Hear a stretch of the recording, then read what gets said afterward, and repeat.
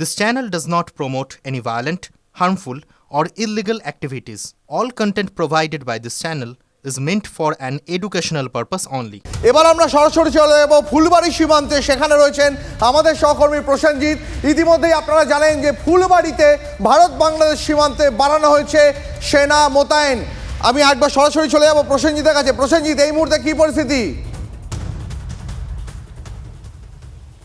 দেখো, আমি একবার সরাসরি দেখানোর চেষ্টা করব। একদম জিরো লাইনের ওপারে কিছুক্ষণ আগেই কিন্তু বিক্ষোভ শুরু হয়েছে বেশ কিছু বাসিন্দারা, যেটা আমরা চোখ দিয়ে দেখতে পাচ্ছিলাম যে বেশ কিছু মানুষ গাড়িতে করে আসেন।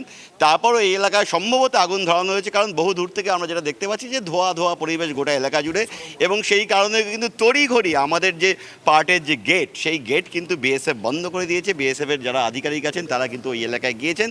তবে সীমান্তের ওপারে বাংলাদেশ সীমান্তে ঘটনাটি ঘটছে, আমাদের সীমান্ত সুরক্ষিতই রয়েছে বলে বিএসএফ তরফ থেকে বলা হচ্ছে। সব মিলিয়ে কিন্তু টানটান উত্তেজনা এবং একটা উদ্বেগ আশঙ্কার জায়গা রয়েছে। এই মুহূর্তে শেখ হাসিনা দিল্লিতে যাচ্ছেন, বাংলাদেশ ছেড়ে তিনি চলে এসেছেন, সেখানকার সেনাবাহিনী সে দেশের আভ্যন্তরীণ সরকার গঠন করবে। ঠিক এই পরিস্থিতিতে দাঁড়িয়ে ভারতীয় সীমান্তের ঠিক ওপারে, অর্থাৎ একদম এই পেছনে আমি দেখাবো, সামনে কিন্তু এই গেটটা পার করলেই কিন্তু জিরো লাইন, এবং জিরো লাইনটা পার করলেই কিন্তু পঞ্চগড় জেলা অর্থাৎ বাংলাদেশের এলাকা। সেই এলাকার যে আরও একটি যে গেট আছে বাংলাদেশের তরফে, সেই গেটের ওখানেই কিন্তু এই ঘটনাগুলো ঘটছে। সেখানকার বিক্ষোভকারীরা সেই গেটের সামনে এসে জমায়েত হয়েছেন।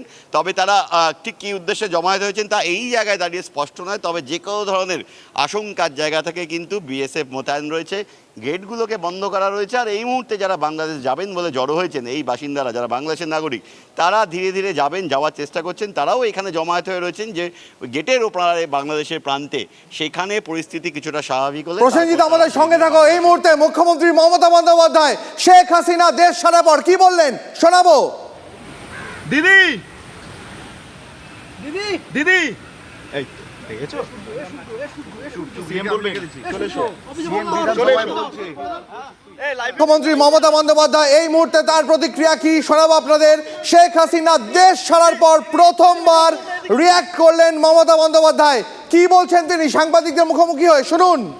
সমস্ত সম্প্রদায়ের মানুষের কাছে শান্ত থাকুন, সুস্থ থাকুন, কেউ কোনো সাম্প্রদায়িকতার মূলক আচরণ করবেন না এবং আইন হাতে তুলে নেবেন না। যারা বিপদে পড়বে আমাদের ভাই বোনেরা, কারণ এখনো অনেকে আছে, আমরা সেটা গভর্নমেন্ট অফ ইন্ডিয়া এবং গভর্নমেন্ট অফ বাংলাদেশ সেটা দেখে রাখবো। গভর্নমেন্ট অফ ইন্ডিয়া যেভাবে বলবে আমরা সেভাবে করব।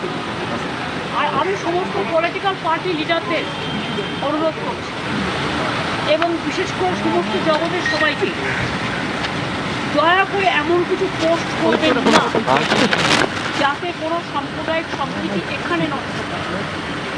এবং সব দলের নেতারাই তাদের বলবো এটা দেশের ওপর ছেড়ে দিন, দেশে আমাদের সরকার আছে, তাদের উপর ছেড়ে দিন। আপনারা নিজেরা এমন কোনো কমেন্ট করবেন না যাতে কোনো হিংসা বা প্ররোচনা সৃষ্টি হতে পারে। সকলেই আমাদের ভাই বোন এটা মনে রাখবেন, বাংলাদেশের যে ঘটনা, সেই ঘটনাতে আমরা সবাই উদ্বিগ্ন,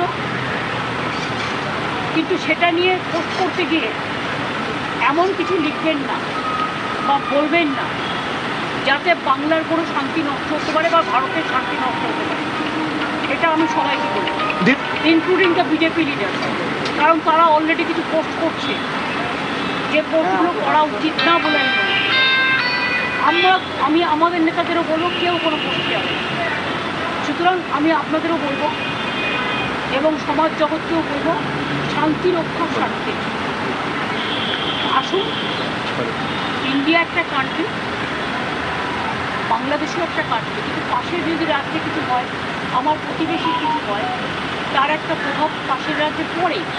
সেক্ষেত্রে শান্ত থেকে আমাদের পরিস্থিতিটা দেখে রাখতে হবে, সব সন্তানরা যেন ভালো থাকে। থ্যাংক ইউ দিদি, থ্যাংক ইউ। আপনারা শুনছিলেন রাজ্যের মুখ্যমন্ত্রী মমতা বন্দ্যোপাধ্যায়। তিনি সব রাজনৈতিক দলের কাছে আবেদন করলেন এবং তিনি বললেন বিজেপির কাছে তার বিশেষ অনুরোধ, তারা যেন কোনো প্ররোচনামূলক পোস্ট না করে, এমন কোনো পোস্ট না করে যাতে রাজ্যের শান্তি শৃঙ্খলা বিঘ্নিত হয়।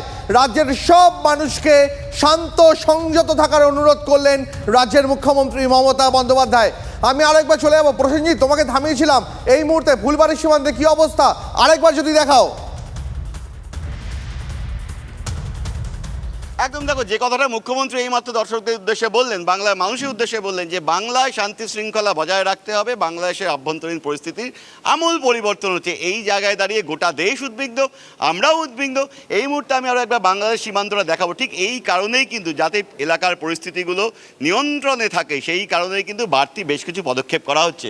বিএসএফ গোটা এলাকায় রয়েছে, এর পাশাপাশি দেশের বিভিন্ন এলাকায় যেখানে ভারত বাংলাদেশ সীমান্ত রয়েছে সেই জায়গাগুলোতে ইতিমধ্যে ইস্টার্ন কমান্ডকে বলা হয়েছে বাড়তি নজর রাখতে, অর্থাৎ ইন্ডিয়ান আর্মি বাড়তি নজরদারি করবে।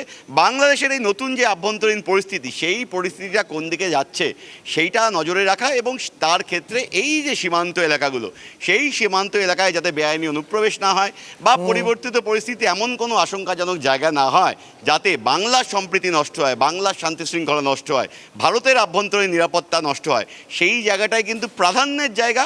দেশও তাই চাইছে ভারত বাংলাদেশ সীমান্তকে আরও সিকিওর করতে। সেই সুরক্ষার প্রশ্নেই কিন্তু গোটা রাজ্যে, বিশেষ করে প্রায় 2000 কিলোমিটারের বেশ কিছুটা বেশি কাঁটাতারের বেড়া আছে। সেই এলাকাগুলোর পাশাপাশি যে সমস্ত এলাকাগুলোতে ফেন্সিং নেই, সেই এলাকাগুলোতে কিন্তু বাড়তি নজরদারি করা হবে দিনে এবং রাতে। দীপ, প্রসেনজিৎ অনেক ধন্যবাদ তোমাকে। বিএসএফ এর মধ্যেও যে উচ্চ পর্যায়ের বৈঠক হচ্ছে, সেই বৈঠকেও উঠে এসেছে যে এরপর বাংলাদেশের এখন যা পরিস্থিতি তাতে অনুপ্রবেশের আশঙ্কা উড়িয়ে দেওয়া যাচ্ছে না। বিএসএফও এই মুহূর্তে অ্যালার্টে রয়েছে।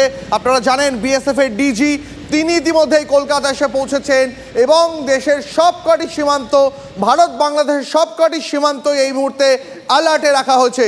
নয়াদিল্লি থেকে একটু আগে যে রিপোর্ট আমরা পেয়েছি তাতে জানানো হয়েছে প্রতিরক্ষা মন্ত্রক, বিদেশ মন্ত্রক এবং প্রধানমন্ত্রীর মন্ত্রক প্রত্যেকটি দপ্তর একসঙ্গে একযোগে গোটা পরিস্থিতির ওপর নজর রাখছে।